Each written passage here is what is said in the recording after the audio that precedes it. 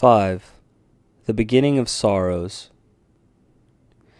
In 1908, Archbishop Platon Rajdestvensky replaced St. Tikhon as the Archbishop of the American Archdiocese. Father Sebastian hoped that the new Archbishop would offer the same support to the Serbian Orthodox mission as had his predecessor.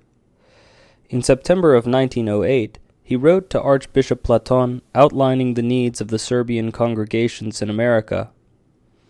Last Easter, in 3 churches there were no services. A 4th was closed, and many colonies with a fairly dense Orthodox population did not even hear Christ is risen. It is impossible to obtain priests anywhere, and in most cases people cannot give enough to support a priest properly.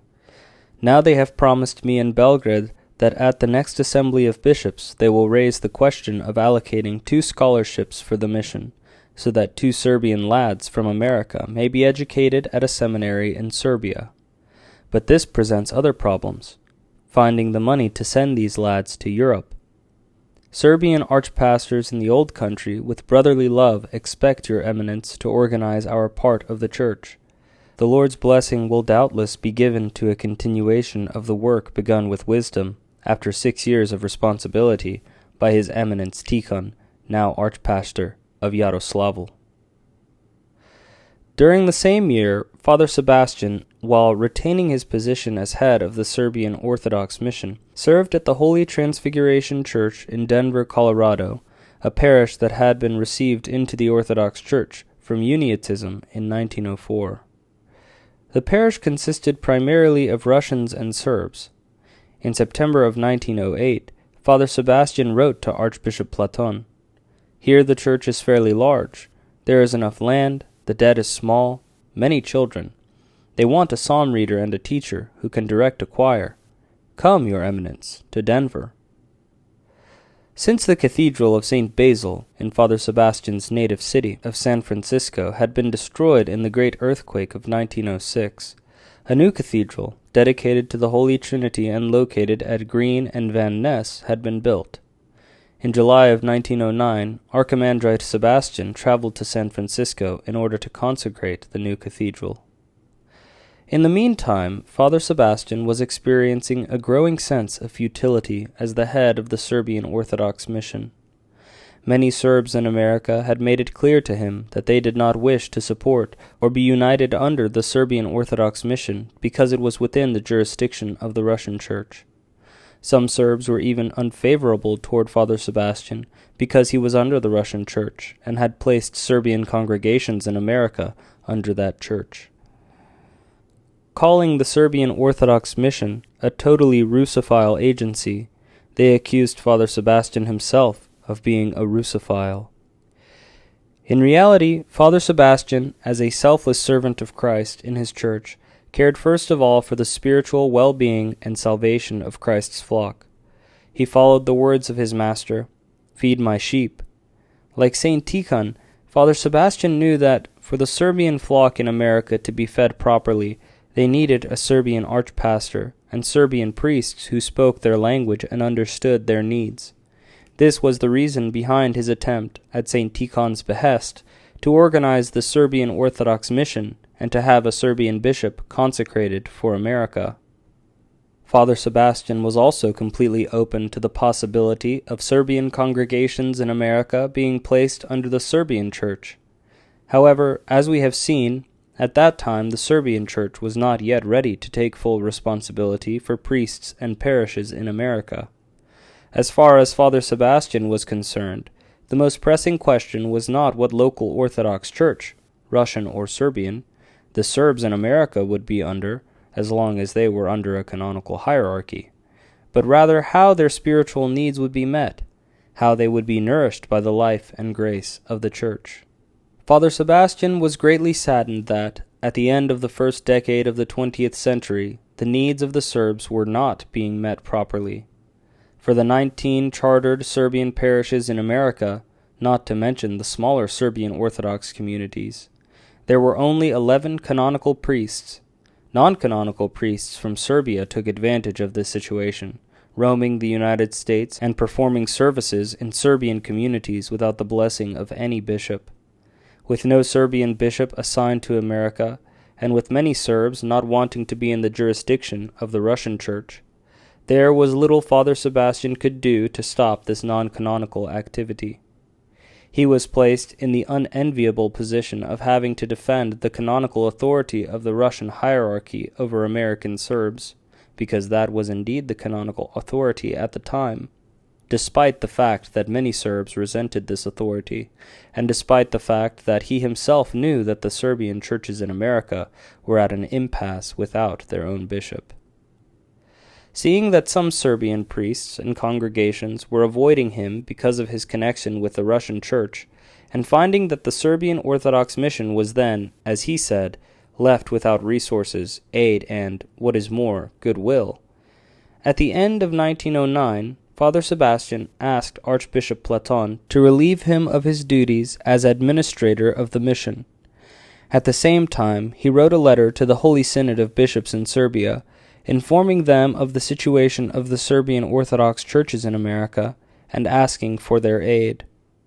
Most Serbs have said that they do not want any other jurisdiction, not even Russian, but their own Serbian church jurisdiction. On this day I am submitting to North American Archbishop Platon my resignation as administrator of the Serbian mission, for I am exhausted from the effort and cannot oppose a multitude single-handed. Once again I caution the Holy Synod that the Serbian Church in glorious, vast America has been left without an administrator, and I urge that a Serbian archpastor be sent. Archbishop Platon reported to the Holy Synod of Bishops in Russia about Father Sebastian's request to resign. When the bishops in Russia sent back a decision to Archbishop Platon granting Father Sebastian's request, they felt it necessary to recount the praise that St. Tikhon had given 8 years earlier for Father Sebastian's accomplishments in America. Concerning the hieromonk Sebastian, His Grace Tikhon of the Aleutians, in his communication to the Holy Synod of June 2, 1902, number 74, wrote that the appointed hieromonk, during his service in the mission, exerted considerable efforts towards 1. Building holy churches in America, the construction of churches in Jackson and Seattle, and the decoration of the Cathedral Church in San Francisco. 2. Organizing church parish life in Minneapolis shortly after the parishioners joined the Orthodox Church. 3. Raising religious and national consciousness among Slavs scattered across America. 4. Acquainting non-Slav Christians, primarily Episcopalians, in America with the teachings of the Orthodox Church, for which purpose he wrote and published, from his meager resources, several books in English. And 5. Translating official documents of the administration into English. 6. Go ye therefore and teach all nations. After being released from his position as head of the Serbian mission in 1910, Father Sebastian served the Serbian Orthodox communities in California. As he wrote to Archbishop Platon, "The receipts from modest services performed for the many Serbs in the cities of Los Angeles, Fresno, and Oakland, I hope, will be enough to nourish me. The new church in Angel's Camp is already finished, and to the church in Jackson a new priest, Father Jovan Ducic, will soon be coming from Herzegovina. The mission in Bisbee, Arizona has been reorganized into a parish, and Father Samuel Popovich from the Timisoara diocese will be coming to build a new church." The Serbian church communities in these cities and towns had been organized by Father Sebastian himself. As mentioned earlier, Father Sebastian had begun to establish a parish in the mining towns of Angel's Camp during his early visits to Jackson, located only 27 miles away. In 1909, the Serbian community in Angel's Camp, numbering about 1,500 people, began building a church. The church was consecrated on August 14, 1910, and was dedicated to St. Basil of Ostrog.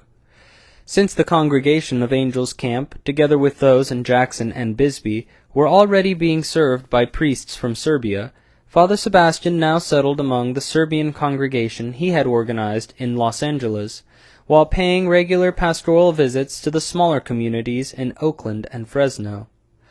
Under his leadership, in 1909, the Los Angeles congregation purchased a large plot of land on the east side of the city for use as a cemetery, and began building a church on this land. Father Sebastian hoped to stay at the St. Sava Church in Los Angeles as the resident priest, but this was not to be. When the Balkan Wars broke out in 1912, he felt called to help his suffering Serbian brothers. Thus he traveled to Serbia and served as chaplain in the Serbian army for over a year. During this trip, he took the opportunity to make a pilgrimage to the holy places in Kosovo and the other Serbian Orthodox lands. While in Belgrade, as an American citizen, he was invited to officiate at the United States Consulate for Thanksgiving Day services.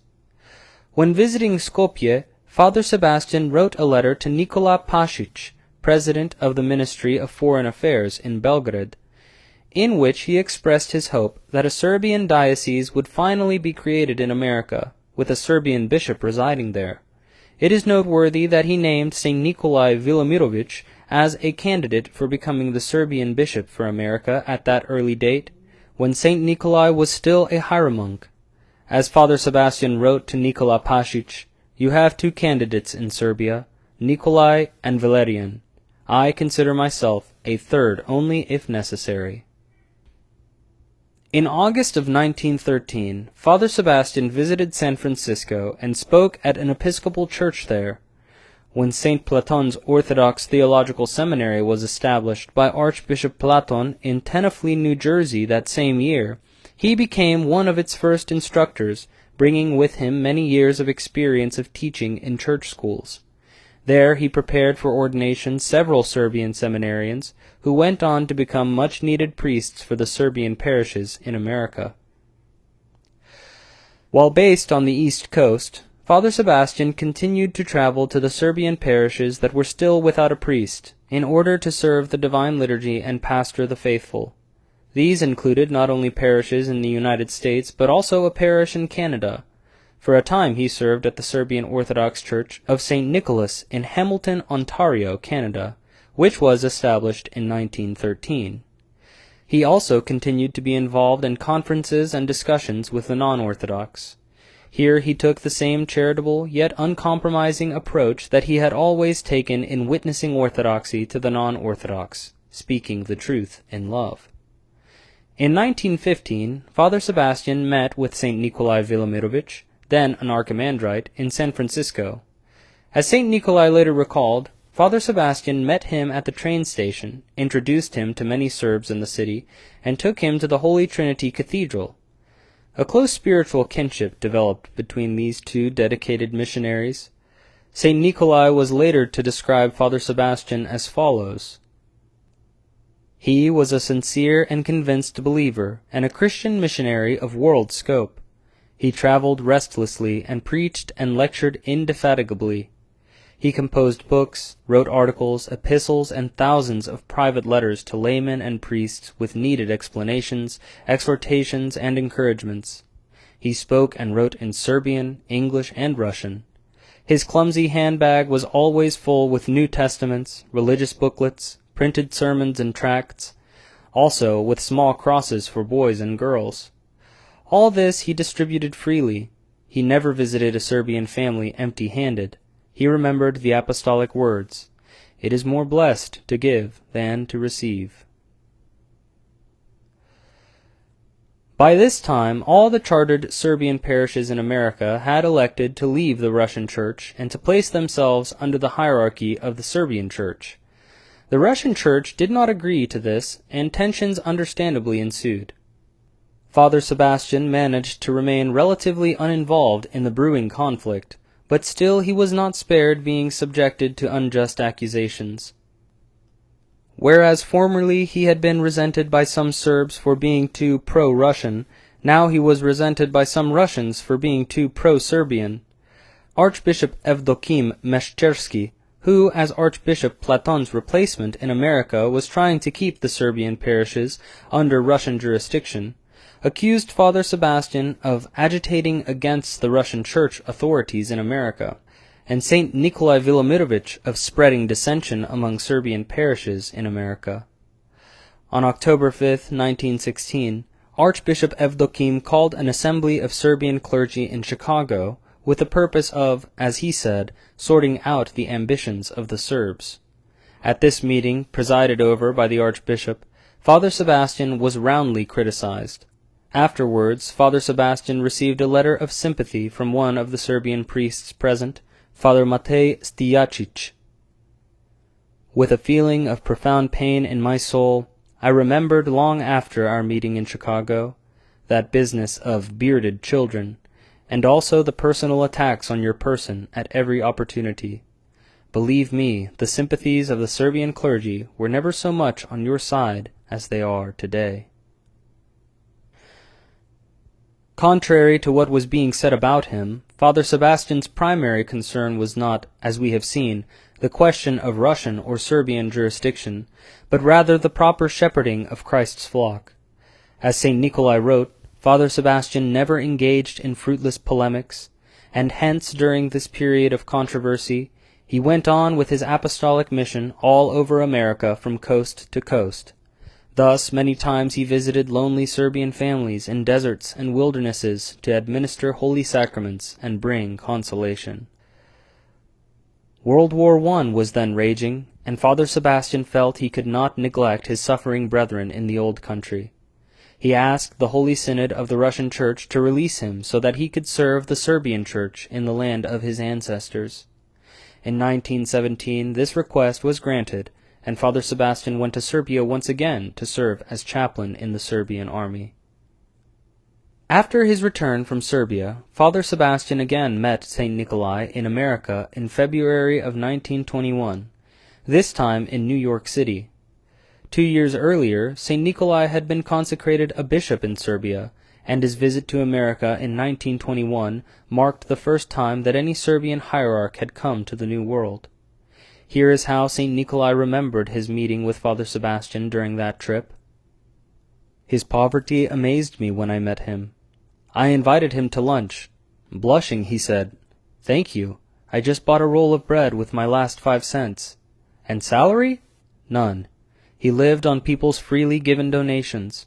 And still, even with empty pockets, he planned new journeys to Alaska, to Japan, and of course to Europe. But you are without means, I remarked. He smiled with his usual childlike and fascinating smile and quoted the Bible, "The Lord will provide." And marvelously enough, the Lord always provided for his faithful servant. For his part, Father Sebastian saw in St. Nikolai a true man of God. Now that St. Nikolai was a bishop, Father Sebastian felt even more strongly that he was the best candidate to become the first Serbian Orthodox hierarch in America. By this time, the tensions between the Russian Church and the Serbian Orthodox congregations in America had essentially ended, for with the Russian Revolution of 1917, a rupture had occurred in contacts between the Church in Russia and its American archdiocese. In 1921, the Greek Orthodox Archdiocese of America was established, and was soon to receive its first Greek bishop. St. Nikolai, meanwhile, had come to America with an assignment from the Holy Assembly of Bishops in Serbia to study the situation of the Serbian congregations in America and determine how they could be organized. Thus, seeing greater hope that a Serbian hierarch could be consecrated for the Serbian flock in America, Father Sebastian wrote to Patriarch Demetria of Serbia on March 30th, 1921. Considering the conditions and problems of the Serbian population in colonies across America, with their churches, organization, and needs, it is imperative to undertake as soon as possible the reorganization and unification of our parishes and missions there, so that it truly becomes the Serbian Church in America. His Grace Bishop Nicholas could do this, taking advantage of the present circumstances which are well known to him, especially since he enjoys the sympathies of the authorities there. Asking your Holiness to confer the blessing in the form of assistance in the struggle for the Orthodox Church in America. Metropolitan Varnava, the future Patriarch of Serbia, nominated St. Nikolai as Bishop of America, with Archimandrite Mardarije Uskokovic as his administrative assistant. Many pious people in Serbia objected to the nomination of Saint Nikolai, being unwilling to relinquish their beloved new Chrysostom. Thus, in 1923, Archimandrite Mardarije was appointed administrator of the newly formed Serbian Orthodox Diocese of North America and Canada. According to Father Mardarije, the hierarchy in Serbia were thinking of electing as bishop for the American Church one of the three archimandrites in America, and they are Sebastian Dabovic, Georgije Kodjic, both from California, and myself. Who will be chosen is a big question. In its fall meeting of 1925, the Holy Assembly of Serbian bishops elected Archimandrite Mardarije as the bishop of the American-Canadian Diocese. On April 25, 1926, Father Mardarije was consecrated to the episcopacy in the Orthodox Cathedral in Belgrade, and in July he arrived in his diocese as the first Serbian bishop of America. 7. His final years and repose in Serbia. In the years following World War I, Father Sebastian traveled many times between America and Serbia, carrying on his untiring pastoral work. As St. Nikolai recorded, in 1921, Father Sebastian was engaged by the American Bible Society to distribute Bibles in the Balkans. In America, he continued to serve not only in Serbian Orthodox churches, but also in the homes of believers who lived far from an Orthodox church or were unable to drive to one.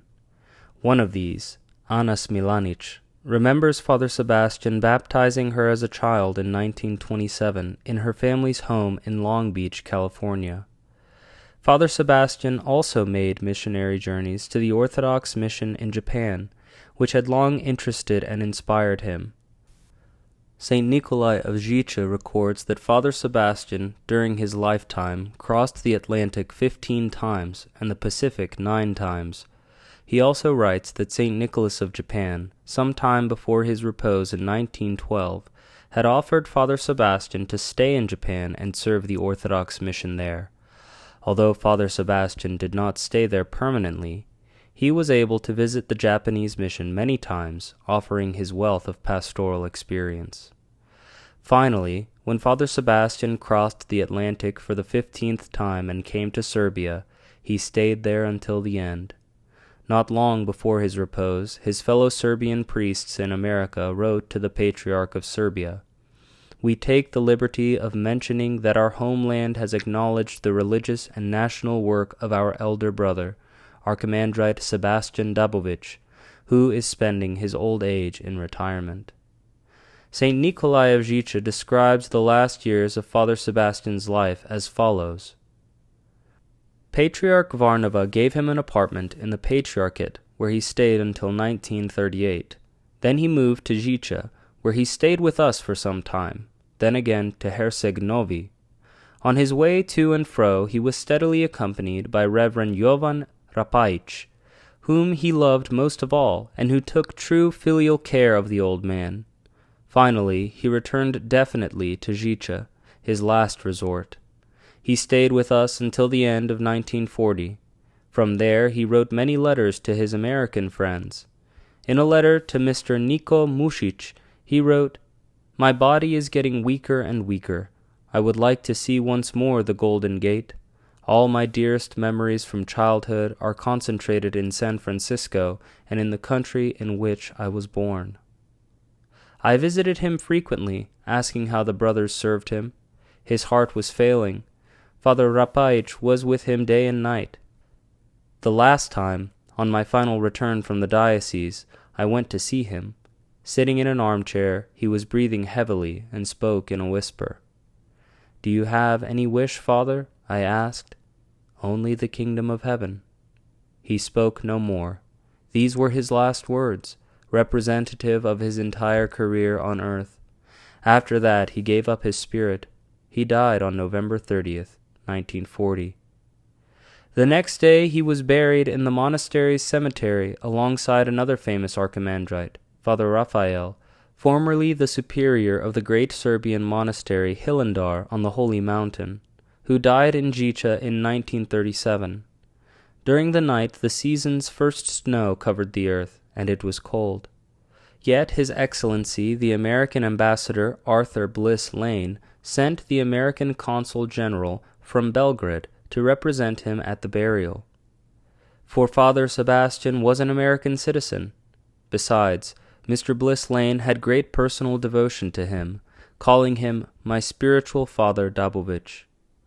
So ended the earthly pilgrimage of a great servant of Christ and the greatest Serbian missionary of modern times. He was a missionary by words, by deeds, and, what is the greatest of all, by his personal character. He was a viceless man. Meek and unpretentious, he was positive and constructive in all his words and works. He never engaged in fruitless polemics. Externally, he was a little, lean man with a beard, just a priest the Serbian immigrants liked, remembering their bearded priests in the old country. And behold, he was American-born and not an immigrant. But his conviction was that an Orthodox priest ought to be recognizable as Orthodox by his exterior, too. Archimandrite Sebastian was buried in the cemetery of the Zhicha Monastery. At the time of his death, writes Bishop Irenei, Father Sebastian owned nothing more than a gold cross, some books, and a few personal mementos. He had long since given away any significant personal possessions to the poor and needy, choosing for himself a life of poverty, simplicity, and dedicated missionary service. 10 years after Father Sebastian's repose, St. Nikolai wrote of him, "Here is a man who indebted all the Serbian race, especially all the Serbs and all the Serbian organizations in America. Should that man remain without a monument or any sign of honor on American soil? He does not need it. He did not wish it.